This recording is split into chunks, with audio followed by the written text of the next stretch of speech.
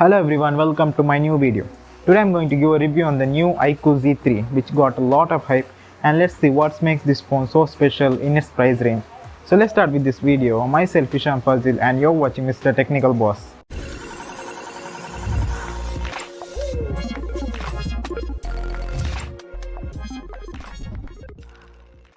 This is the new iQOO Z3. There have been lot of hype about this phone, and it because the specs this phone provides.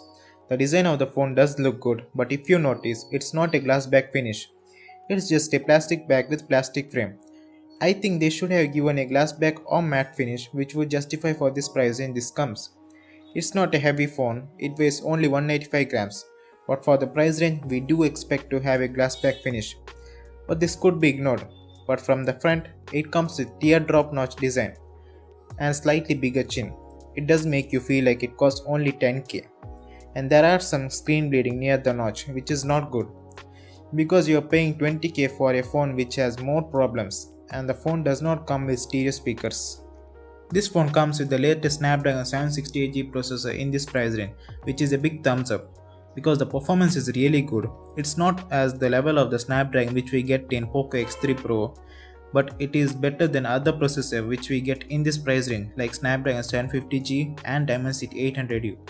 If you guys know, Snapdragon 768G is almost same as Snapdragon 765G processor, but 768G has higher clocked CPU and GPU and better version of Bluetooth.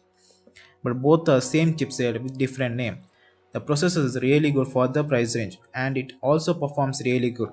Apps do open quickly, there is less amount of frame drops, and for the gamers, this chipset does perform really well. It does not heat much and you won't feel any lag. iQOO does come with 4400 mAh battery with 55W fast flash charger, and it's a pretty decent battery. It can give you a day of battery in normal usage. Then it does come with 55W of charger, so the charging is pretty good. It charges from 0 to 60% in just 30 minutes, and from 0 to 100% it takes 55 minutes to completely charge, which is quite good for this price range. Let's talk about the display. It comes with 6.5-inch 120Hz IPS LCD Full HD Plus display with Panda Glass protection. It is a quite good display. It is bright, and by comparing it to the Note 10 Pro Max display, which has slightly brighter display compared to Z3's display, and it is not a big difference. The display is sharper and brighter and does look good. And it comes with 120Hz panel, so it's smooth and feels good to use. And it does not have any kind of lag while switching from apps to app or from pages to pages. It feels refined and good. And one thing I think iQOO should have given is AMOLED panel, because Note 10 Pro Max, which does come with 120Hz AMOLED panel, is in cheaper price range. I wish they give in the upcoming phones in this price range. The display is set to support HDR10, but it does not seem to work, I guess. Because if you check in Netflix or Prime videos, it does not show the option of HDR content. The FunTouch OS does have a lot of bugs and ads. It does interfere in the privacy of the data, which is not a good thing. Like if you open Chrome, it by default shows Vivo pages, which is not good. And there are a lot of bloatwares too. And it has lot of privacy concern issues in it. The FunTouch OS does not seem to work good. It just ruins the user experience. Now let's talk about the camera. It comes with triple rear camera setup with 64 megapixel main camera, and it's a decent for the price range. I won't say it's the best, but for the price range it's good enough, and does have a warm kind of effect to its photos.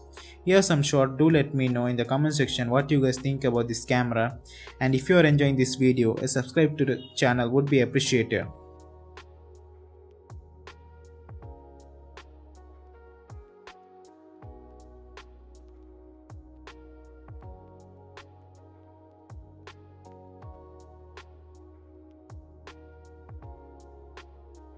Here is a camera comparison with Note 10 Pro Max.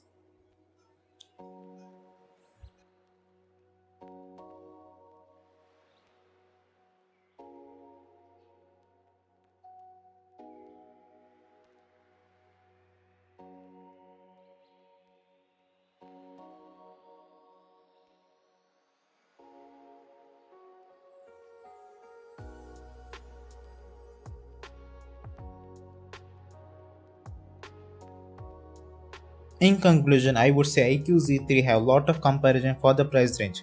It has outdated design, not having AMOLED and the terrible FunTouch OS experience. I won't suggest anyone to buy this phone at this price range. So that's it for now. Please do like, share and subscribe to my channel and support this tech channel to grow more and be a heavy YouTuber. Thanks for watching. My name is Isham and you're watching Mr. Technical Boss.